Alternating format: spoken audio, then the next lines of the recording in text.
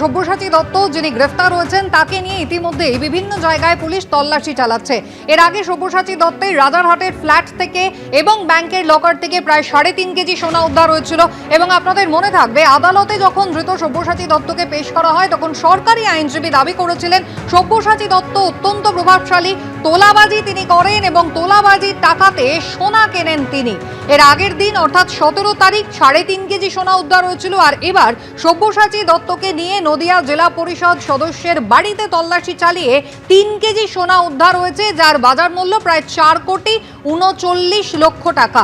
কথা বলবো, আবারও সমীরণ পাল আমাদের সঙ্গে রয়েছেন। সমীরণ, একেবারে আমরা দেখেছিলাম যে তোলাবাজির অভিযোগে সব্যসাচী দত্তকে যখন গ্রেফতার করা হয়, একজন ব্যবসায়ী তিনি স্পষ্টই অভিযোগ করেছিলেন যে তার কাছ থেকে কিভাবে রীতিমতো ভয় দেখিয়ে প্রাণনাশের হুমকি দিয়ে তোলা তুলতেন দীর্ঘদিন ধরে সব্যসাচী দত্ত, এবং এলাকার মানুষজন তারা রীতিমতো সন্ত্রস্ত।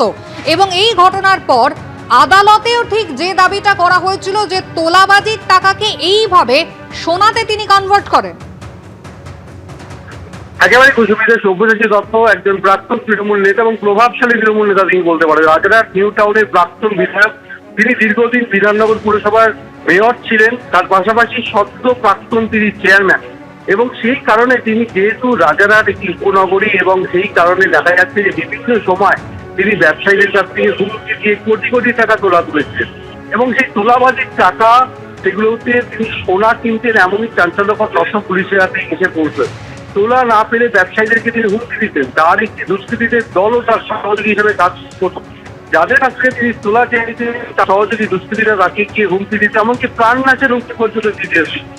তারা বাস্তবে কোটি কোটি টাকা তোলা দিতেন তাকে। এই তোলার টাকায় সোনা দেন, এমনই তার পরিকল্পনা ছিল, এমনই চাঞ্চল্যকর। এর আগে বিধাননগরের ফ্ল্যাট এবং রাজারহাটের ফ্ল্যাট থেকে প্রচুর পরিমাণ সোনা উদ্ধার হয়েছিল। এবং আদালতে সরকারি আইনজীবী দাবি করেছিল যে সব্যসাচী দত্তর কাছে আরো প্রচুর পরিমাণ সোনা আছে, অর্থাৎ যে তোলাবাজির টাকা অর্থাৎ কোটি কোটি টাকা তিনি সোনাতে রূপান্তরিত করেছিলেন। আর সেই কারণে সেই টাকা, সেই সোনা উদ্ধারের প্রয়োজন রয়েছে। গতকাল রাতে বিধাননগর উত্তর থানার পুলিশ তাকে সঙ্গে নিয়ে নদিয়ার তেহট্টে এক জেলা পরিষদ সদস্যের বাড়িতে যান এবং সেখানে গিয়ে একটি ভল্ট থেকে 3 কেজি সোনা উদ্ধার করেছে। এবং সেগুলো সোনার গহনা রূপে ছিল, অর্থাৎ বালা এবং অন্যান্য অলংকার রূপে ছিল, সেগুলো উদ্ধার করে নিয়ে আসা হয়েছে।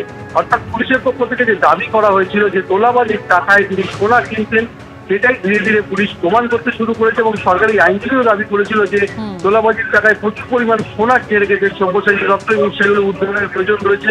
আর সেই কারণে তাকে সঙ্গে নিয়ে গতকাল রাতে নদিয়ার তেহট্টে তল্লাশি চালানো হয়। তল্লাশি চালিয়ে 3 কেজি সোনা উদ্ধার করেছে বিধাননগর উত্তর থানার পুলিশ। সুস্মিতা, ধন্যবাদ সমীরণ।